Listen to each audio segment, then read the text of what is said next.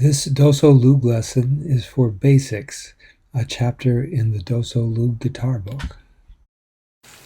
Hi, I'm David Mills here from DoSo Music to talk to you a little bit about one of our favorite instruments for using and teaching a DoSo Elementary program, and that is the DoSo Loog Mini Guitar.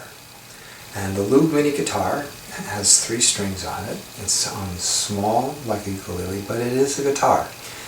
We start out by telling the students the parts of the guitar. For example, we hold it up like this and say this is the body, and this is the sound hole, this is a pick guard to protect the guitar from scratching it with a pick, this is the bridge.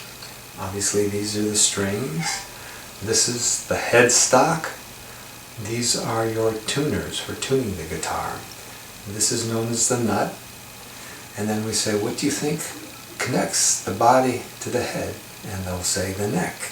And yes, this is the neck. And on the neck you have what's known as a fretboard, because these metal bars are frets. And we count them. This is your first fret, and your second fret, and your third fret, where you see a blue dot, and so forth, coming up the neck. That's what's a little confusing, is that as you go up, it looks like I'm coming down, but it's up by pitch and down by pitch. When you hold the guitar like this, the first string is this one, and it's the highest string, even though it's lowest to the floor. It's highest by pitch. This is the lowest string, again, it's lowest by pitch. The string is G, this is B, and this is E. Just like the 3 highest pitched strings on a regular 6-string guitar, which is why it's so easy for students who begin on this instrument to then transfer over to a 6-string guitar at a later date.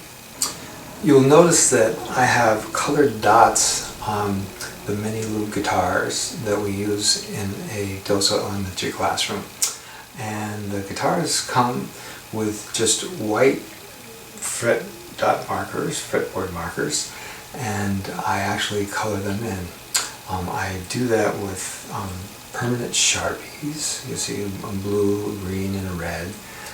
These are usually white, and you can certainly leave them as white. For the side of the neck, so that the student can just look down at the neck and not look around to the front, I take a Phillips head screwdriver and I make a little dimple in the wood, and then just touch the Sharpie to that dimple, and the ink will soak in. As I said, the most important ones to color that match up with the DoSo Loog Guitar Book are the blue, the green, and the red. If you do not want to mark up the guitars, you can buy some stickers, and you'll see in this case I took a green sticker and I put it a little bit over the front of the guitar, but then on the side, and therefore as the student looks down at the guitar, he can see the blue, the green, and the red. If this is white, we just say white, and then we get to the octave, the 12th fret, it would just say double dot, like that.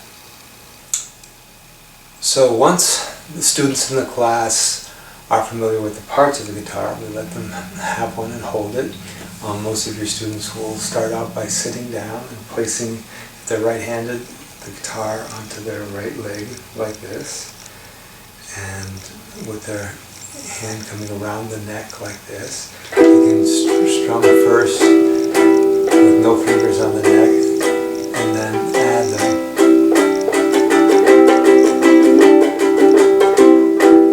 We do another lesson on how to strum the guitar, but essentially this is how they will hold it.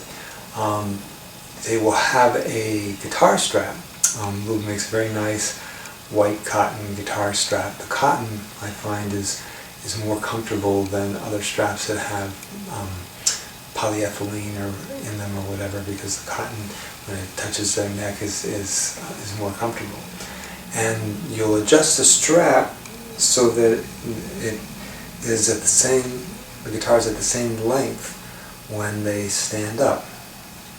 And so you can see when I stand up, the guitar is at the same position as it was when I was sitting down, allowing me to strum.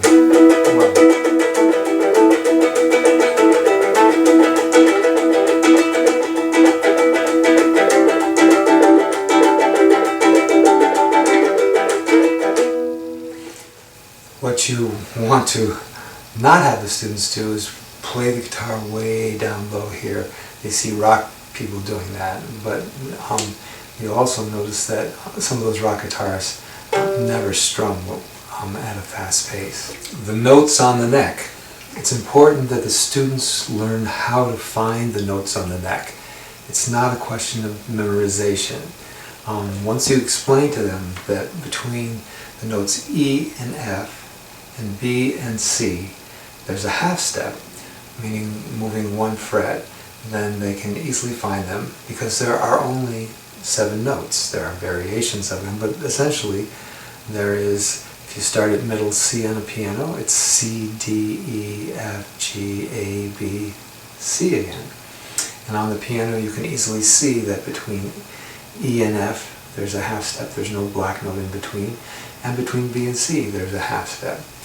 How that translates to the guitar is that this is my E string, so to go up a half step, I go 1 fret, F, and then I go to G, A, B, and C.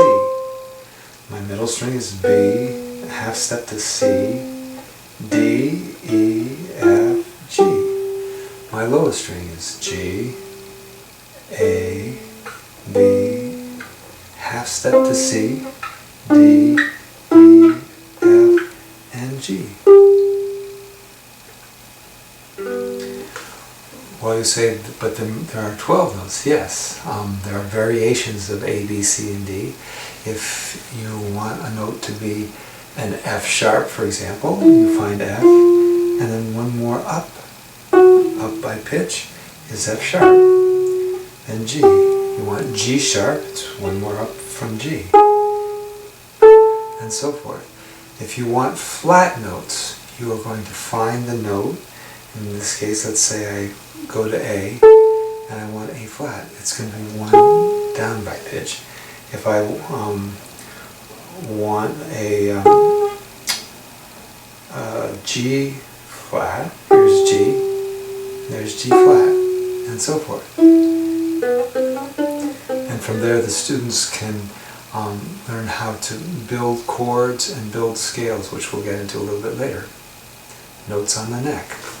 The reason we like to show the notes on the neck in a vertical orientation is because that is the way they will find chord diagrams, either online or coming with a Loog Mini Guitar. The Loog company provides a little package like this with flashcards. This is a sample of a flashcard. In the upper right-hand corner is a diagram of a 6-string guitar chord.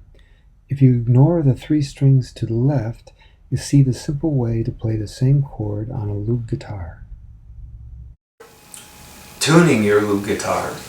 Essentially, you'll tune a Loog guitar like one will tune any guitar. The easiest way to do it is with what's called a headstock tuner. It looks like this. This is the one that Loog Guitars provides. You clip it onto the headstock and turn it on.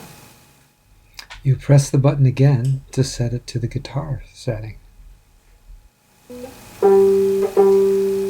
It's naming the note G.